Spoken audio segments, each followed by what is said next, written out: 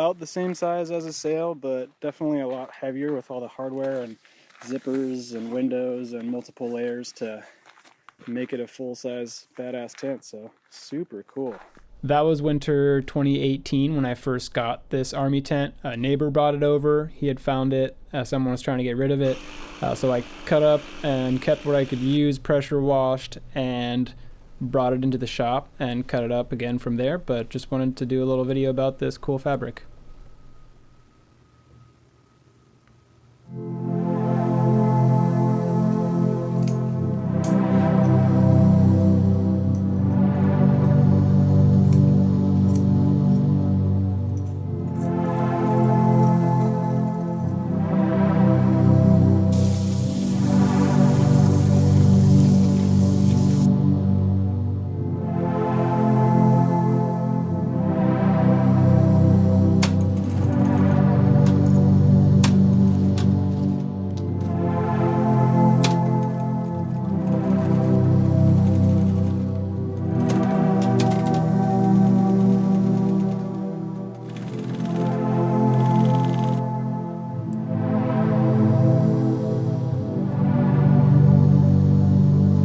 So here's a medium drop liner backpack made from the 1953 Army tent.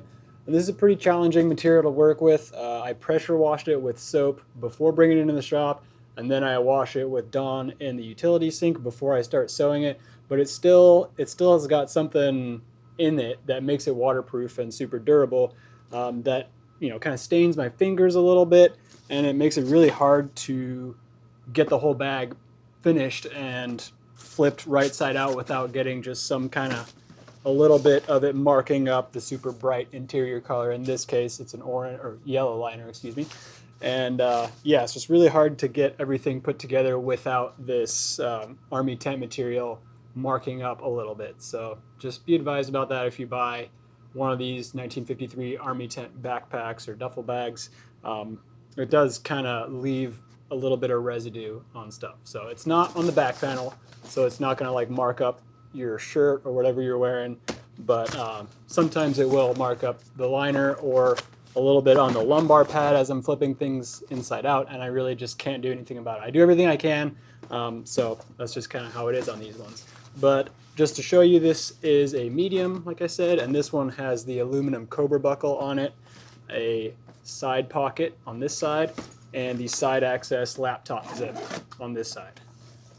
And this customer also chose the Bloom algae content foam straps, which you can't see because they're inside these sleeves. But yeah, really nice bag. It'll last forever. It's got a lot of character, this material. I really like it. And it's a really cool way to reuse something that was going to get thrown away. And it was made in 1953 in upstate New York, so it could have been used in Korea since that's the time frame. And yeah, hope you guys enjoyed just a quick look at what a 1953 Army tent drop liner backpack looks like. Thanks for watching.